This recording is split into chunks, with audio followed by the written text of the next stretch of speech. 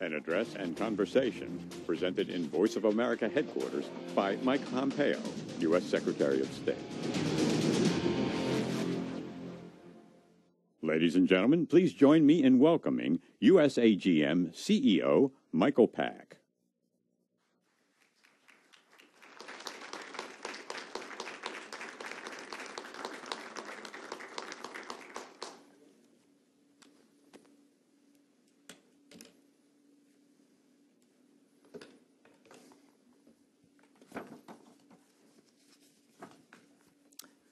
Hello, and welcome to everyone joining us live, both in person and virtually all over the world. I am Michael Pack, the Chief Executive Officer of the U.S. Agency for Global Media, which is the federal government entity that manages and oversees U.S. civilian international broadcasting. Now, unfortunately, as many of you abroad know all too well, there are regimes bent on preventing people from accessing objective news and information. To keep power, they manufacture and propagate false realities, seeking to control thought and belief and ultimately action. Let me be clear. This behavior is an affront to the universal right of freedom of expression, a right to which every single person is entitled by virtue of being a human being. America has never stood for this form of malevolence, and our nation must now confront it even more vigorously. Indeed, as the adversaries of liberty and democracy double down on producing and distributing disinformation, America must reassert itself in the new global war of ideas. To do that, we need to more robustly promote and explain our principles to the world. Fortunately, since 1942, we have had an excellent platform to do exactly that.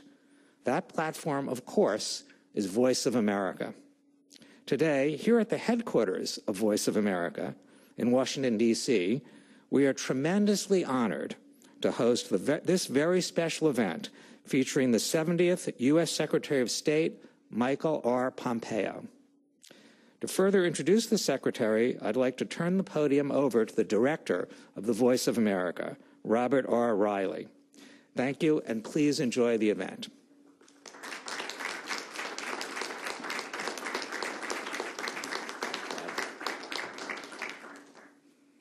Thank you, Michael, and for your unstinting support. It's greatly appreciated.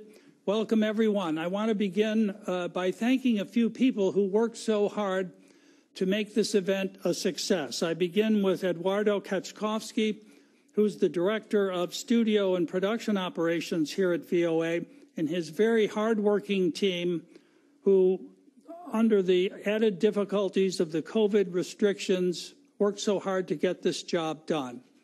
I want to thank John Lippman, the Deputy Programming Director, with his daily meetings for shepherding this all through and pulling it together, and most especially the Deputy VOA Director, Beth Robbins, for all the hard work she has done. Now, it's a pleasure to introduce a man who needs no introduction. I think I can do it with two words. They are Renaissance man. Why? Well, briefly, at the U.S. Military Academy at West Point, first in his class. A career Army officer, armor officer in West Germany.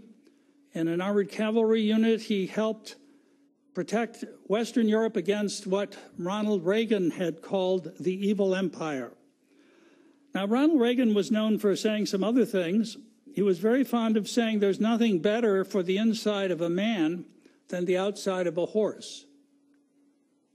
It's been a long time since we've had horse cavalry, but with a little twisted emphasis on what he said, I've heard that the Secretary is occasionally heard to say, life is always better in an M1 tank. Well, after his military career, Mr. Pompeo went on to Harvard Law School, where he excelled with the Harvard Law Review.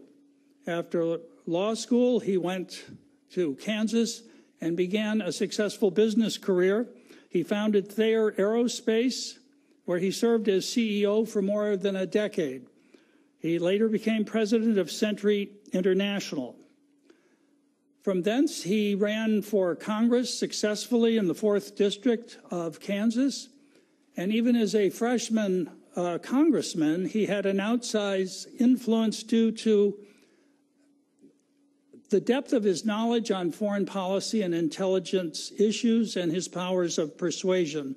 He was in his 4th term when the president called upon him to take upon himself the role of the director of the Central Intelligence Agency.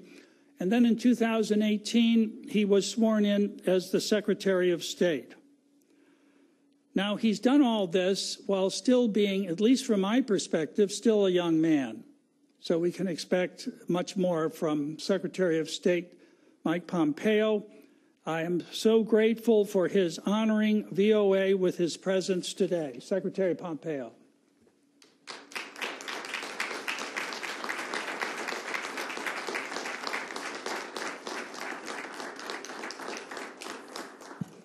Thank you. Good afternoon, everyone. Thank you for the warm welcome.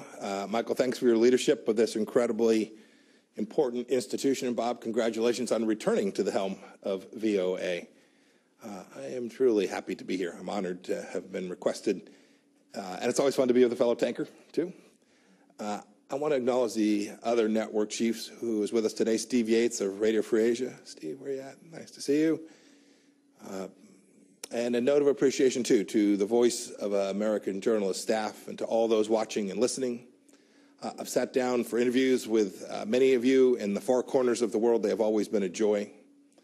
And speaking of which, too, I understand that this speech is being broadcast on TV, radio, on your website, social media, in more than 40 languages. Hats off to the translators. I have no idea how anyone can translate my talking into Uzbek this quickly. That guy or gal deserves a bonus, Bob. It's great to have this opportunity. I've been following the work of Voice of America for decades. And as Bob just mentioned, I started my career as an Army officer, patrolling the Iron Curtain, freedom's frontier. In the 1980s, I couldn't cross into East Germany. I was serving in a little town called Binlock. West Germans couldn't cross either. But your broadcast, Voice of America broadcast, could. Millions of men and women whose names we'll never know listen to you, often at their own peril. Their governments dealt only in lies and propaganda, but VOA's listeners wanted the truth, and that's what you gave them. VOA's very first broadcast in 1942 that Bob referred to began with the Battle Hymn of the Republic, along with this pledge, quote, "The news may be good, the news may be bad, but we'll tell you the truth." I love that. I always told my son, I told the story before when he was growing up, I said, work hard, keep your faith, and tell the truth. He mostly followed my advice. And it has served him and many of you I know well. Your mandate here at Voice of America is unambiguous, to be accurate, objective, and comprehensive, and to represent America. The mission of US AGM is to inform, engage, and connect people around the world in support of freedom and democracy. That's because expanding freedom and democracy are what America has always been about. You're the voice of American exceptionalism. You should be proud of that. The world needs VOA's clarion call for freedom, now more than ever. I hear it wherever I go. That's what I wanted to talk about today. I tell audiences about American exceptionalism wherever and whenever I can, because it's true and because it's important. America is good and great, and everyone who truly grabs our founding understands this. Michael and Bob have made studying this history their life's work. Many of you have made it your life's mission too. That's why you work here at Voice of America. We were indeed the first nation founded on the central belief that all human beings are endowed with certain unalienable rights, and the governments are instituted to secure those God-given rights. We have always striven for a more perfect union. And goodness knows we don't always get it right. Therefore, we need both pride and humility about our past and our present. We need the truth. But it's very clear that when Americans have united around our founding values, be it in Philadelphia, at Gettysburg, at Seneca Falls, or during Martin Luther King's March on Washington, we've made good on our founding promise time and time again. Now, our adversaries try and claim otherwise.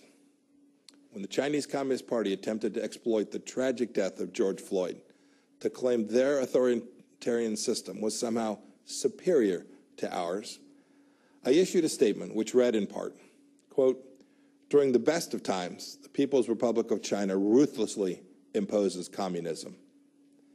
But amid the most difficult challenge, the United States secures freedom. There is no moral equivalence. This is a self-evident truth. It is not fake news for you to broadcast that this is the greatest nation in the history of the world and the greatest nation that civilization has ever known. Indeed, I'm not saying this to ignore our faults. Indeed, just the opposite. It is to acknowledge them. But this isn't the vice of America, focusing on everything that's wrong with our great nation. It's the voice of America. It certainly isn't the place to give authoritarian regimes in Beijing or Tehran a platform. Your mission is to promote democracy, freedom, and American values all across the world. It's a U.S. taxpayer-funded institution aimed squarely at that. Indeed, this is what sets VOA apart from MSNBC and Fox News and the like. You can give voice to the voiceless in dark corners of the world. You're the voice of American striving. You're the voice of American exceptionalism. You are indeed the tip of freedom's spear. Now look, like many government agencies after the Cold War ended, our international broadcasters, well, they lost their way. Many of you know this. And there were, I'm sure, many reasons. The Soviet Union had collapsed, the wall had come down, names like bin Laden and Zarqawi and Baghdadi weren't widely known. In fact, many wrote that history was over. We allowed security protocols to lapse, and VOA lost its commitment to its founding mission. Its broadcasts had become less about telling the truth about America and too often about demeaning America. In 2013, one of my predecessors described the Broadcasting Board of Governors as, quote, practically defunct, end of quote. Look, that's in part why Congress created the role of CEO of the US AGM on a bipartisan basis. And it is again why I'm here today. I read that some VOA employees didn't want me to speak here today. I'm sure it was only a handful. They didn't want the voice of American diplomacy to be broadcast on the Voice of America. Think about that for just a moment. Look, we're all part of institutions with duties and responsibilities higher and bigger and more important than any one of us individually.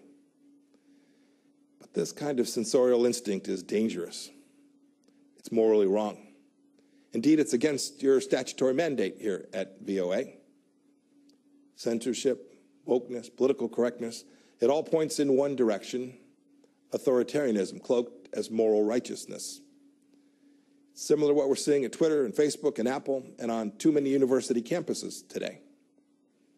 It's not who we are. It's not who we are as Americans. And it's not what Voice of America should be. It's time that we simply put wokeism to sleep. And you can lead the way. You all know. That's why you came here. There's a new dawn here at Voice of America. The American public doesn't know this, but when Michael took office, some 1,500 employees, almost 40% of the workforce, had been improperly vetted, including many with high-level security clearances. VOA was rubber stamping J-1 visas for foreign nationals, including some from communist China. We shouldn't be doing that. We have plenty of Mandarin language speakers here in America, and we are building, growing, teaching, educating more committed patriots, some of Chinese American descent who are amazing people.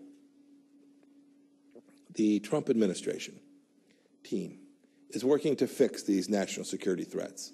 We want to vet employees properly. We want to reorient VOA to its mission of truth and unbiased reporting. We want to depoliticize what takes place here. It's too important for the American people and for the world. Returning this organization to its charter and its charge to spread the message of freedom, democracy, and American exceptionalism. This isn't about politicizing these institutions. We're trying to take politics out. And that's a pretty good feature story for whoever wants to write it up. As Secretary of State, I'm telling you all of this because I want the best for the people here and for this organization, because you are vital to helping America shine light into the darkest places with the power that only America can muster. Governments like those in China, Iran, North Korea, they don't have the respect for the universal dignity of every human being in the way that America does. Indeed, that is what America was founded upon. Those regimes are anathema to everything that our nation stands for. We know that government exists to serve people. They believe that people exist to serve government. And VOA's work is vital. As I said before, you're the tip of freedom's spear. Every week, 278 million people listen to VOA in 47 languages. There are Iranians who are listening to you, wondering if they'll ever be able to shed their Islamic shackles. There are Moldovans and Ukrainians who want truthful reporting, not Russian disinformation and propaganda. There are Chinese citizens who are tired of a regime that's done nothing but brutalize them since 1949. There are Venezuelans who want to know the truth of the Maduro regime's corruption. There are oppressed people all over the globe who still turn to America for hope. Now, I know many of you, especially those of you overseas, continue and have done heroic work. Thank you. I want to commend VOA's Hong Kong reporting team, which faced political intimidation, harassment, and attacks, but still got the job done. My highest praise. Well done. You were behind the barricades of the freedom fighters telling their stories. You're upholding VOA's finest traditions and continuing to be the voice of American exceptionalism. I also want to pay tribute to members of the other radio services who are here and listening. The only Uyghur language news service in the world is run by RFA.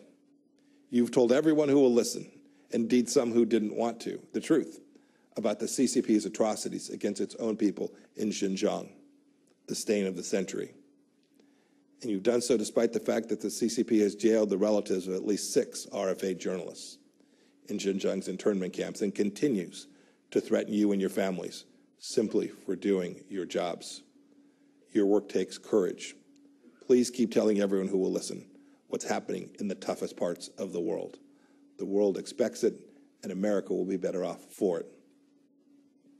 I want to leave you with a quote that conveys why the VOA's mission is so critical before I take some questions from Bob. This quote's from a ways back. It's from George Washington. He said, quote, "Truth will ultimately prevail where there is pains to bring it to light," end of quote. When America brings truth to the world, we bring light. Don't forget that. It's what you do. May God bless you. May God bless the voice of America, and God bless these United States. Thank you all.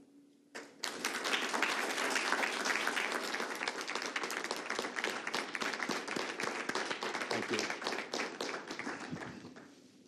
Thank you, Mr. Secretary.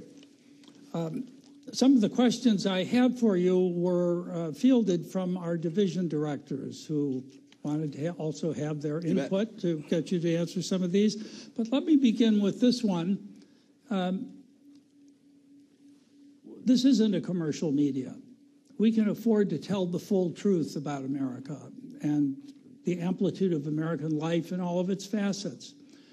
In your many travels in your recent years, what would you judge as those parts of America that are least known by foreign audiences that we need to tell them about? Yeah. You know, it's a really good question. If I have a chance in a moment where we are away from the formal business of the day, I'll often ask ambassadors or foreign ministers, when were you last in the States? What'd you do? Where'd you go see? The answer is almost always, I went to New York, I went to Washington, I went to San Francisco, or I went to Los Angeles. The adventuresome may have traveled all the way to Boston. Boy, that's not representative of all of who America is. I'm from Kansas. It's a different place in so many ways. It's engaged in different businesses. Its government is different. Its people think about the world in a different way. These stories from places other than the coasts are important. And that, that extends to rural parts of South Carolina, to Appalachia, to folks who live up in Minnesota and along our northern border along Canada. There are so many different facets of the United States that I think if you asked people around the world, they would only know this place we are here in Washington, or maybe our financial center in New York. I hope that you all get a chance to tell those other stories. And I'd add one last piece. It's not just geographic. It's not just where it is. You could find right here in Washington dozens and dozens of different stories about different pieces of the things, the institutions that make America so unique, so special. These things that our founders called the small platoons, our civic organizations, right? How many of you are members of the PTA, trying to help your kids' school be just a little bit better? How many of you participate in a church group on Wednesday evenings where you have your chili feed or you just gather? Those are important parts of American life that have made us so unique and so special, and I want people all across the world to see those things, because those institutions form bedrock of our nation, and they can help their countries too. Thank you, Mr. Secretary. You've made some very eloquent speeches about the relationship between American founding principles and U.S. foreign policy.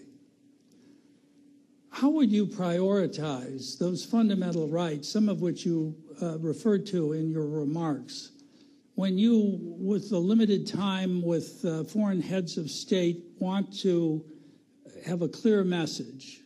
You've been very forthright on freedom of religion, freedom of the press, freedom of...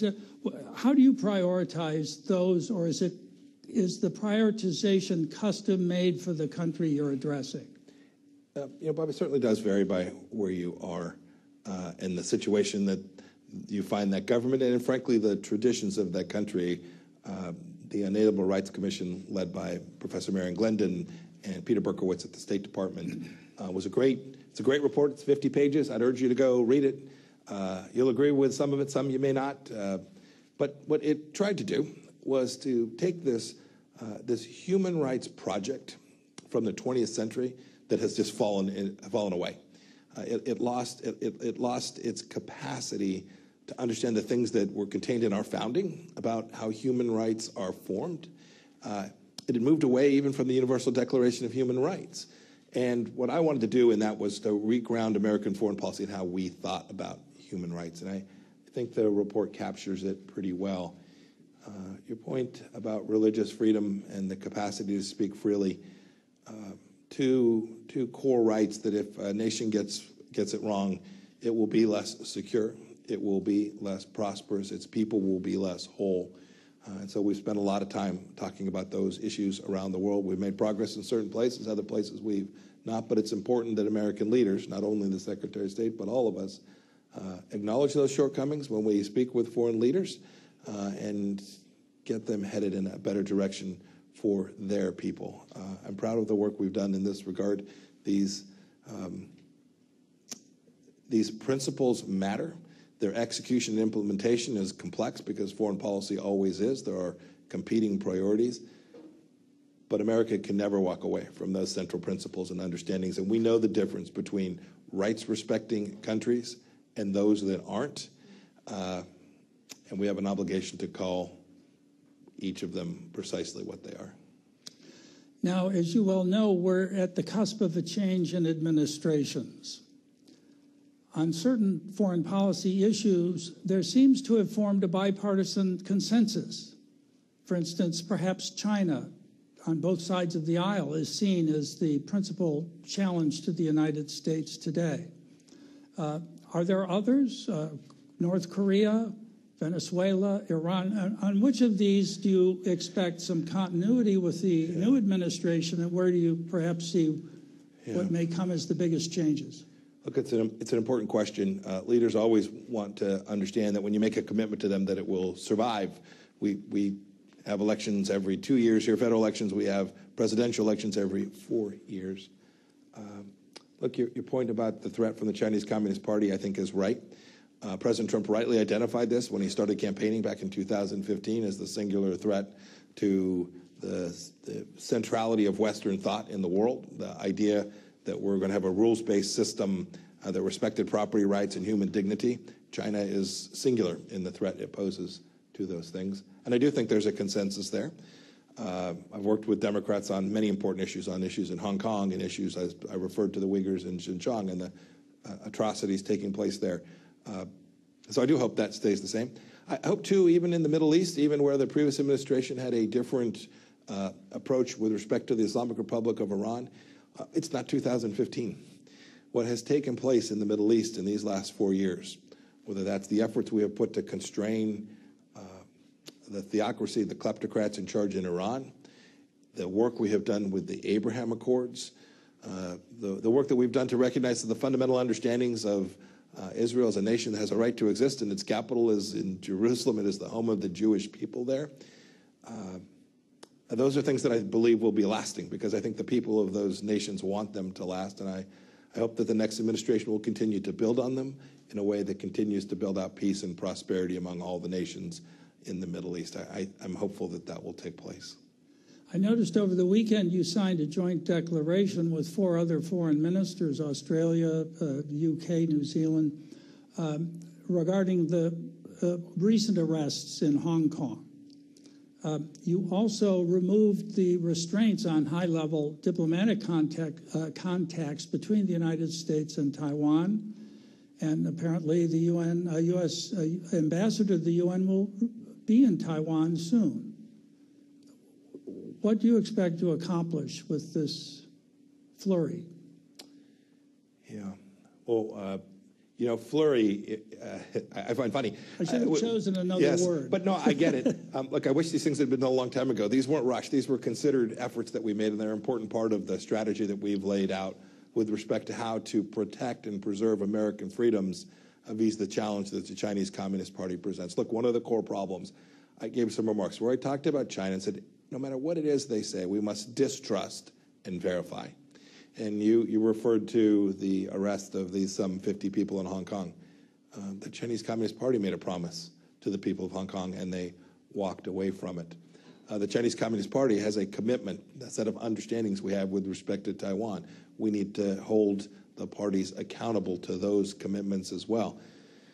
The Chinese Communist Party promised President Obama they wouldn't arm the islands in the South China Sea, and they turned around and did it, and there was almost no cost imposed. We have attempted to deliver a clear understanding of the requirements that we have for the Chinese Communist Party and how it should behave, that aren't, frankly, very different from what we expect of any nation with respect to how they interact with the United States. And we do that because we have a responsibility to preserve and protect security and prosperity for the American people. Our policy with respect to the Chinese Communist Party has furthered that, and this will be a long challenge.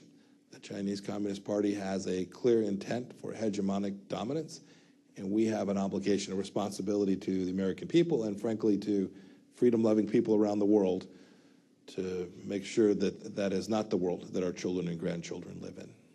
It's interesting, in meeting with the division directors of Voice of America, how frequently in those meetings the name of China comes up. When I ask them what's on the horizon, what are you noticing, it's China. Latin America, China. East Africa, China. And it's not simply the Belt and Road Initiative, it's their information strategy, how they get affiliates in those regions of the world, how they feed them free stuff, and they're, as you know, a whole-of-government approach. Now, the United States isn't whole of government, but Voice of America is here to do our part through our bureaus and through our reporting. What do you think we can do better to help highlight the dangers these things represent when seen together rather than as a separate series of approaches? Well, this challenge is, in fact, comprehensive. Our administration began by working on the economic side of this. Right? The president placed tariffs on Chinese goods. He's tried to stop intellectual property theft, denying tens of millions of jobs in the United States of America because they would steal our information, take it back to China, build it, and then dump it here in the United States. It's information. You talked about that. This is ongoing. Take the issue of the Wuhan virus. It has now, I understand the Chinese Communist Party is now going to permit the World Health Organization to go in and find out where this all began. but it took months and months of effort to do that. We are now more than a year on. We still don't have access to important information about how the virus began. It's important for health and safety and to make sure that something like this doesn't come out of China again. Your team can report these things, report these facts. Your point about it being a global phenomenon. I have a bureau. I have a China desk. I have a East Asia Pacific bureau. We have an Indo-Pacific strategy. But every one of my ambassadors and chiefs of mission understands that China presents a challenge in their country, wherever they may be, in Africa, in Latin America, in Southeast Asia for sure. And our team on the ground is working to protect American security from the Chinese Communist Party in the country that they have been assigned to. I hope your reporters, no matter where they find themselves, if they are in South Africa or in Morocco or wherever they are, observes the activities of the Chinese Communist Party inside of their country and how it impacts the people of those countries as well. If I may ask a last question, this one more related to Russia. The United States seems to be shrinking its footprint in Africa, so is France. Russia is increasing its. Is this the result of a judgment on the part of the United States that disorder on the African continent is less of a problem or less of a threat to our interests, or how would you? So the forces, the disposition that the DoD has made has really been about the counterterrorism fight more broadly. How is it that we allocate U.S. resources to keep the homeland safe? So the decisions the President has made with respect to Afghanistan and the Middle East broadly, Syria, you talk about North Africa as well, has been to allocate the capacity of the United States to preserve and protect the homeland. I'm always mindful, and it's easy to write about, if you just focus on troop numbers alone, if you say the United States used to have 1,000 people, now they only have 800, or they used to have 800, now they only have 400, you may well be missing America's capacity to preserve and protect itself. I was the director of the CIA. I know the other tools and capabilities that we can bring. They are unseen. They don't get reported from the podium at the Department of Defense. But the American people should know. President Trump has been unambiguous about getting it right, making sure we put fewer of our young men and women in harm's way, but never giving up the responsibility we have to ensure that terrorism, or at least the risk that a terror act takes place and hurts Americans, whether they're here in the United States or elsewhere in the world as well. Great. Mr. Secretary, I can't thank you enough for gracing us with your presence today. It was very kind of you to make the trip, and it's deeply appreciated by me and by everyone else here. Please join me in a round of applause. Thank you all very much. Let's just say, Thank you, my friend. Thank you.